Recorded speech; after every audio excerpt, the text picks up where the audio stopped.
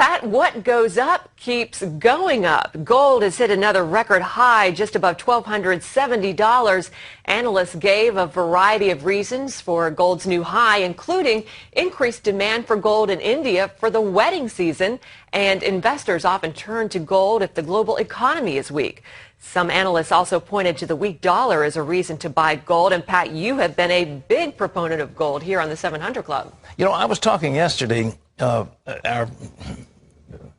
Vice President of Finance has certain funds that we've been putting into various foreign currencies, and he said to me, what should we do? Should we move into Japanese yen? And I just don't feel comfortable with the yen. The Australian dollar's had a great run, but it's faltering. The same thing with the Canadian dollar.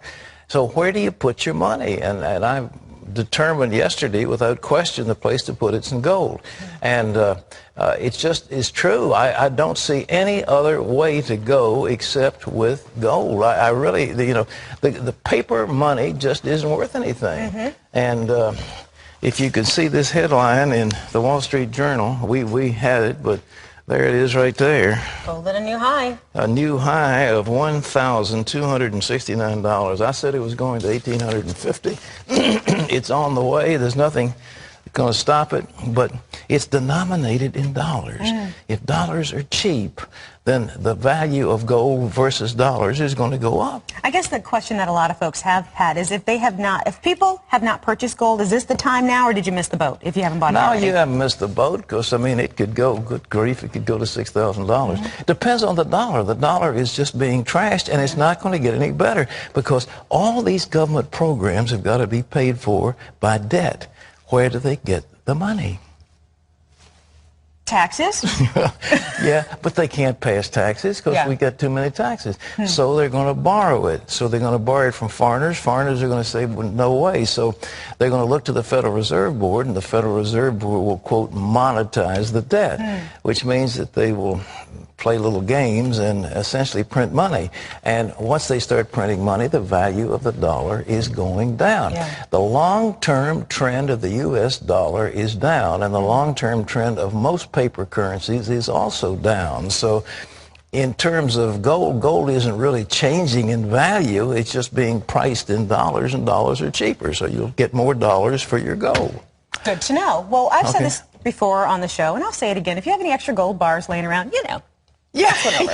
I'll take it. You have been saving up your gold bars, haven't you? I don't even know about gold chips. Maybe gold dust. I got a little gold dust in the house. Gold dust doesn't hurt.